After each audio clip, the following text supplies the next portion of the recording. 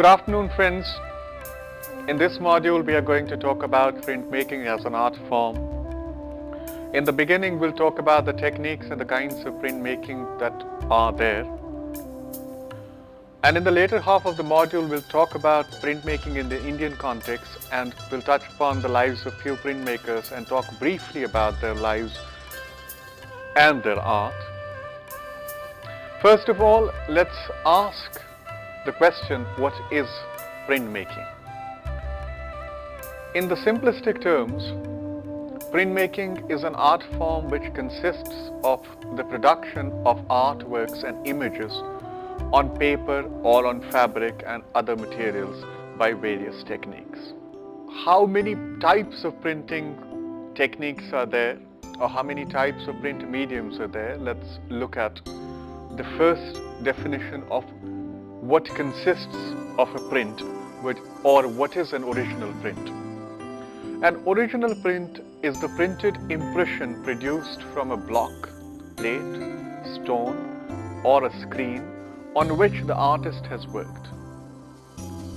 By choosing to use a fine art print medium, it is possible to produce a number of identical images, each one a handmade original by the artist. Normally, there is a separate inking, wiping, printing of each color and for each copy within the edition. You must have seen this in the practical modules where the program coordinator must have taken you through the details of practicality that is involved in the process of printmaking.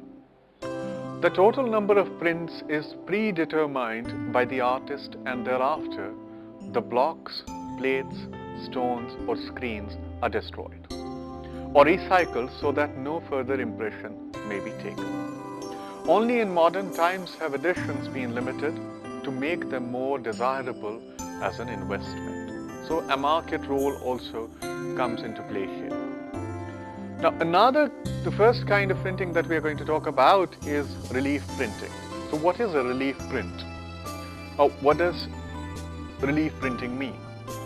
A relief print is any print in which an image is printed from the raised portion of a carved, etched or cast block. A simple example would be a rubber stamp. The most common relief prints are woodcuts. The next form of printing is called Chinese stone rubbings and woodcuts. It is said that printmaking originated in China after paper was invented around 105 AD. That's 105 AD. Relief printing appeared in Europe in the 15th century when the process of paper making was imported from the East. Stone rubbing predates any form of woodcut. To enable Chinese scholars to study their scriptures, the classical texts and accompanying holy images were carved into large, flat stone slabs. After lines were cut into the stone, damp paper was pressed and molded on the surface so that the paper was held in the incised lines. Ink was applied and the paper was carefully removed. The resulting image appeared as white lines on a black background. This technique was the foundation of printing. The development of printing continued with the spread of Buddhism from India to China. Images and texts were printed on paper from a single block. This method of combining text and image is called block painting, or this method of combining text and image is called block printing. Now coming to woodcuts. Woodcuts are the oldest method of printmaking. They were first developed in China in 9th century. European examples date from the 14th century. It is called a relief process because the lines and surfaces to which the ink adheres are higher than the parts that are not printed. To create a woodcut, the artist draws a design on a piece of wood sawed lengthwise across the grain. Pine is the wood most commonly used and preferred, although fruit woods such as pear and cherry may also be used. After smoothing the surface, the wood may be hardened by treating it with shellac.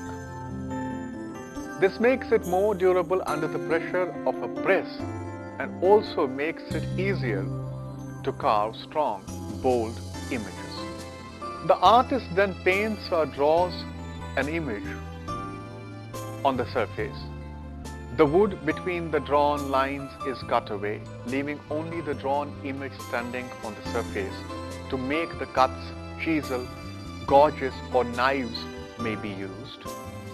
A roller holding a film of soil-based ink is rolled completely over the block. A sheet of paper, ideally an absorbent paper like rice paper, is placed over the block and the artist may then print the image by hand, rubbing the surface with the bowl of a spoon or with another burnishing instrument. The block and paper may be run through a press. Under the pressure of the press, the image is transferred to paper. The impression is pulled by carefully lifting a corner of the paper and peeling it off the block. Separate blocks are used for color woodcuts, one block for each color. In the Middle Ages, woodcuts were used to print patterns on textiles. Beginning in the 1400s, artists made woodcuts to portray religious subjects, to decorate and illustrate books, and to make playing cards in the 1400s and early 1500s. In the early 15th and 16th century, the German artist Albert Dürer brought the art of woodcuts to draw a new level with his expert artistic and technical skills. During the 17th and 18th century, Japanese artists produced outstanding woodcuts that greatly influenced such European artists as Degas, Manet, Toulouse-Lautrec, and Van Gogh. Coming to the engraving. Engraving is a form of intaglio printing from Italian meaning to carve or to cut, in which the lines that print are incised into the surface of the print form. The print form is a thin metallic plate usually made of copper. A sharply pointed steel instrument called a burin is used to cut the grooves into the surface of a plate. Burin engraving requires considerable force and is done from the strength of the arm. This differs from etching, which is done from the fingertips like a fine drawing. The finished plate is inked with heavy viscose ink and wiped with a rag, leaving ink in the grooves. Slightly moistened paper is applied to the inked plate. Plate and paper are run through a printing process which can apply sufficient pressure to force the paper to pick up the ink in grooves. The resulting printed lines are sharply defined and slightly raised.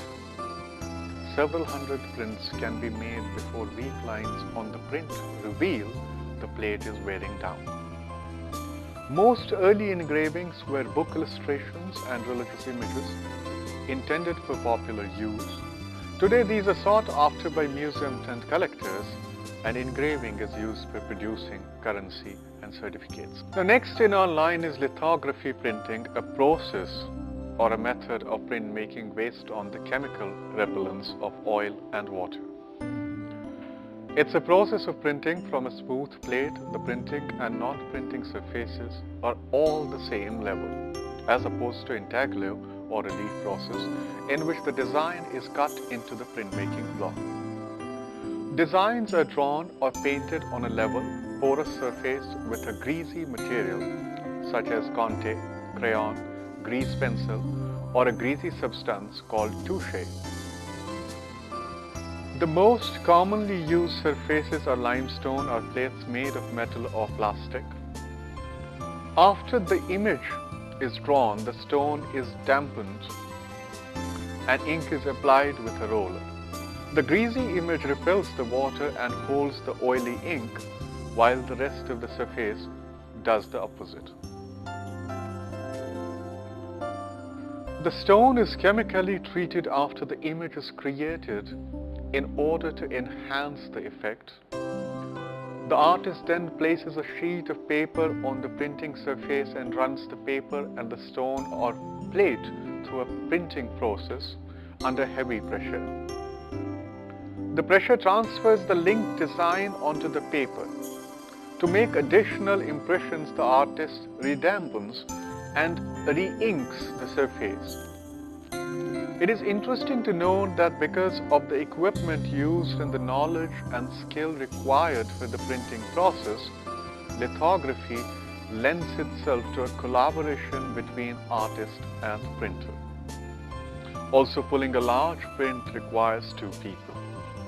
Lithography was the first fundamentally new printing technology since the invention of relief printing in 15th century. Also, Alois Senefelder invented it in Germany in 1798. He was a comedic playwright looking for a way to publish multiple copies of his work. Realizing the commercial possibilities of this technique, Senefelder patented it a year later in Munich. Within 20 years, lithography appeared in England and the United States of America. Although lithography enjoyed early commercial success as a leading method of printing books, magazines, and newspapers, it took a while longer to be accepted as a legitimate art form. In the 19th and early 20th century, many people saw it only as less expensive means to own a work of art by a well-known painter. However, many European artists began experimenting with lithography since after its invention in 1798. They liked the spontaneous effect they could achieve by drawing directly on the printing surface. Some of these early masters included Delacroix, Bonnard, Toulouse-Lautrec, and Edward Munch. Serigraphy, silk screen printing or screen printing in simple words, is a 20th century printmaking technique that was developed in America. It was introduced as a fine art technique with an exhibition of serigraphs at New York World's Fair in 1939. Now, when we talk about the Indian context and the printmaking, we need to historically situate the advent of technology in India in relation to how it then ventured into the domains of art and how was it accepted. In India, printmaking was introduced by Portuguese missionaries of Goa to promote Christianity among Indians. In other words, the biblical materials, the Bible and the other scriptures, they were meant to be printed so that they could disseminate the idea of Christianity as a religion and the message propagated by Christ 2000 years ago. Two presses were imported from Lisbon in 1556 by a ship. The missionaries wasted no time to begin printing material pertaining to Christianity. Between 1556 to 1561, they published 5 books in Roman character. A Spaniard by the name of João de Bustamante, an active member of the Society of Jesus, came to Goa with the printing presses to look after the printing job. He therefore could be regarded as the first pioneer of the art of printing in India. The 5 books that were printed under his supervision have long vanished, unfortunately, from the history. Therefore, there is no evidence to establish whether the books contained any images or not, and what kind of material and what kind of printing was involved in the printing of those books, who were the illustrators, what kind of illustrations, what quality of prints were used in the book. We have no details of them. Following this, 9 more books were printed at Goa from 1561 to 1591. Most of them decorated with printed pictures and designs exist today in various collections across India. Missionaries also extended their reach in the southern coasts of India to disseminate Christianity as religion. In the first few decades of 19th century, many Indian intellectuals adopted printing for the upliftment of education and social reform, Raja Ram Mohan Rai being one of the pioneers. They produced books with images with the help of relief, woodcut, printing and engraving.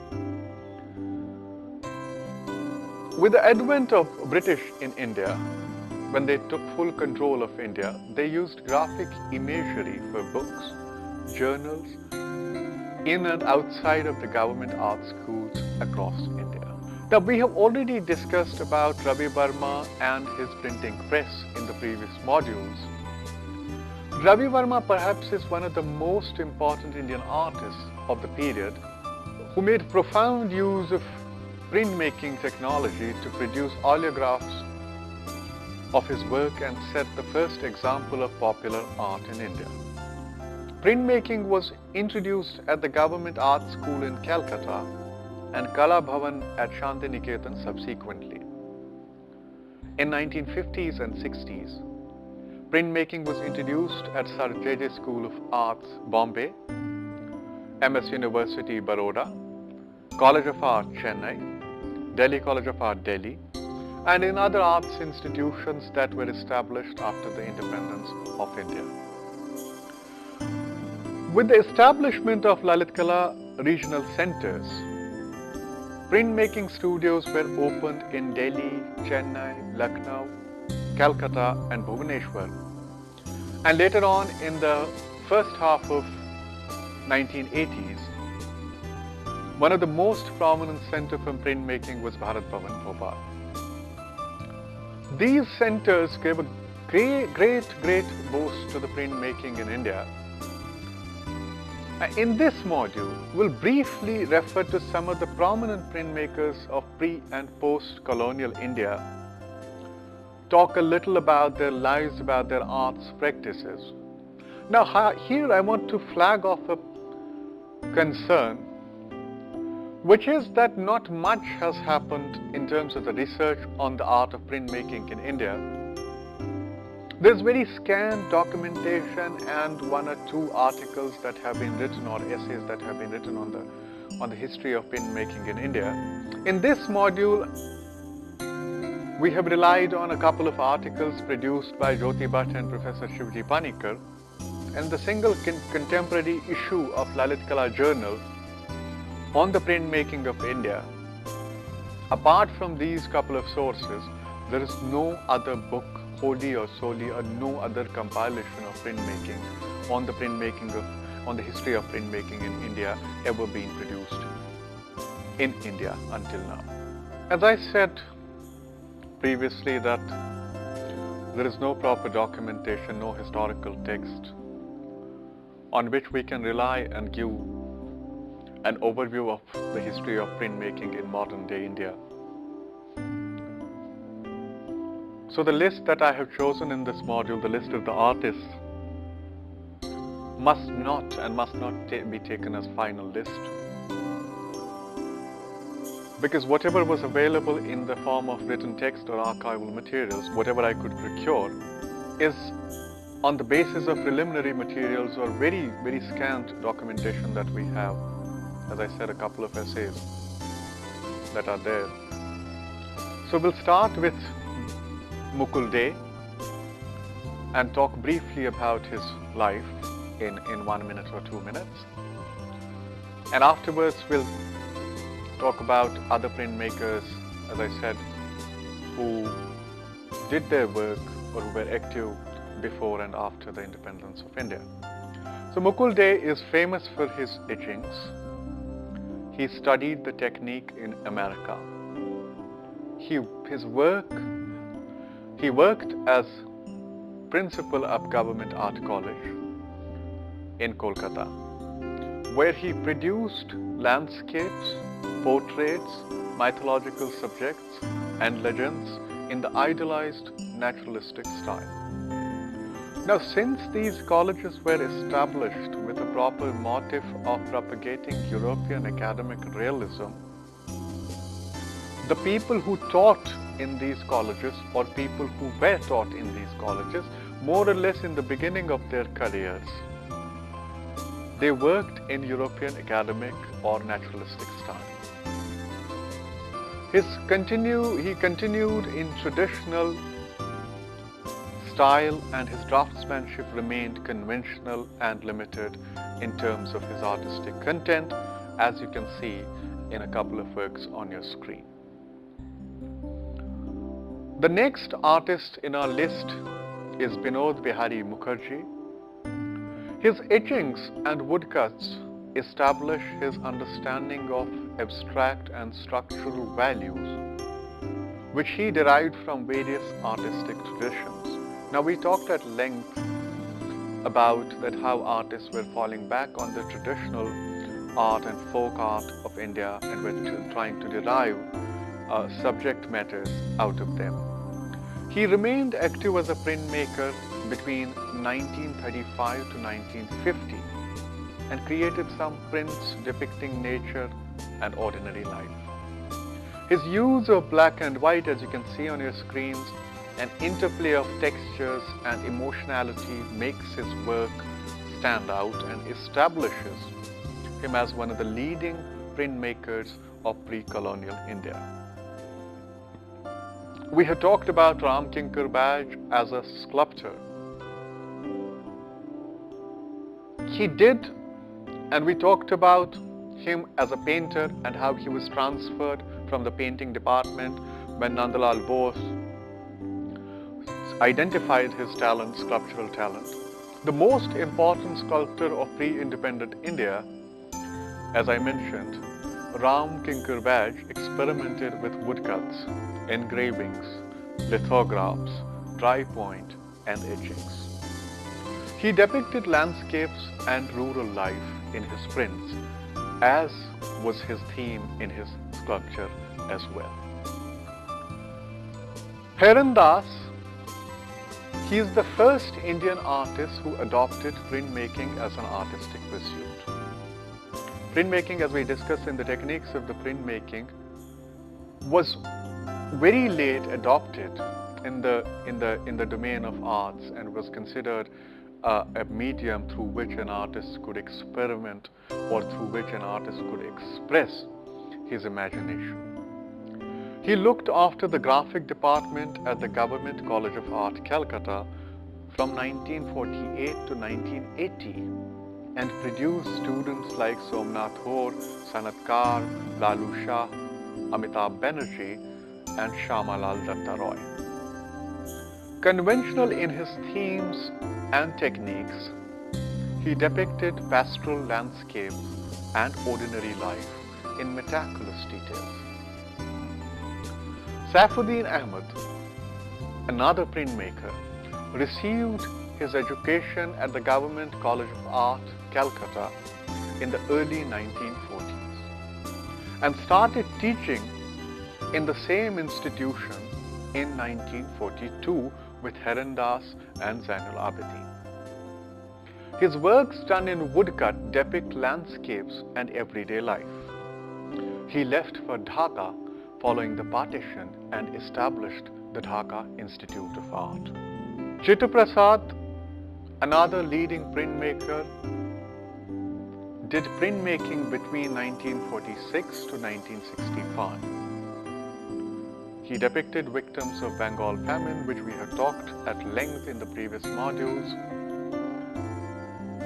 which appeared in the Communist Party's publications. He always drew political posters. In his woodcuts, you can see folk art, motifs of Bengal, and influence of Nandalal Bose palpably very clear. His woodcuts are of high quality with bold social realism and master draftsmanship with strong contrast of light and shade. Somnath Hoare learned printmaking techniques from reading books on printmaking and experimenting on his own. He started his career as a printmaker by depicting strong subjects in relation to Bengal famine. Now here one needs to pause and look at that how could artistic expressions play an instrumental role in recording of the history and offer testimonials to the coming ages of the brutalities that were unleashed on human beings. His early political posters which he made for the Communist Party are a testimony of famine, communal rights, partition of Bengal and of the Tebhanga movement. In early 50s, he came in contact with Binod Bihari Mukherjee and started formally doing lino cuts and wood engravings. Human suffering and pain remained at the heart of his work. He worked in a range of mediums such as dry point, etching, woodcut, and so on. Hoare taught at the Delhi Polytechnic for 10 years between 1958 to 1967. One of the most celebrated artists of the modern India in terms of the printmaking is Krishna Reddy. Reddy took up printmaking in 1955 in Paris. Alongside Motiwala, another printmaker, Reddy is credited for inventing viscosity method of multicolored printing from a single plate. His initial training in sculpture helped him make plates with deep cuts, opening up possibilities for producing varied textures. In his prints, his themes are landscape-based abstraction with immense sensitivity and visual effects. Jyoti Bhatt started his career as a painter and then moved to Italy to study graphic art in 1961 to 1962, and then onwards moved to New York in 1964 to 1966 to study the printmaking. He developed mastery over all mediums of printmaking and shifted from painterly abstract modes to an indigenous craftsmanly style in mid-1960s. He gives specific shapes to the plates and depicts symbolic and metaphoric images. Lakshma God, he was trained in Baroda and developed a unique technical facility of his own. He discovered his language through Intaglou by absorbing the evocative and sexually charged metaphoric language. He kept the sexuality as his central interest, but moved to a more naturalistic and poetic language in his prints. Anupam Sood studied printmaking at Delhi College of Art and Slade School of London. Her well-known narratives, in a modified form of realism, depicts the theatrical farce of urban life. She prints her works in dark sepia with minutely worked out details and powerful and suggestive themes. Now coming to the conclusionary part of this lecture, as I said in the beginning and in the middle of this lecture, in the contemporary time where the practices of art making have highly diversified, printmaking is going through a crisis. Its time-consuming and material and technique-heavy nature has become a hurdle to its practice. There are no institutional facilities to promote the printmaking, which results often aspirant young talent turning to painting or other modes of expression. Thank you very much.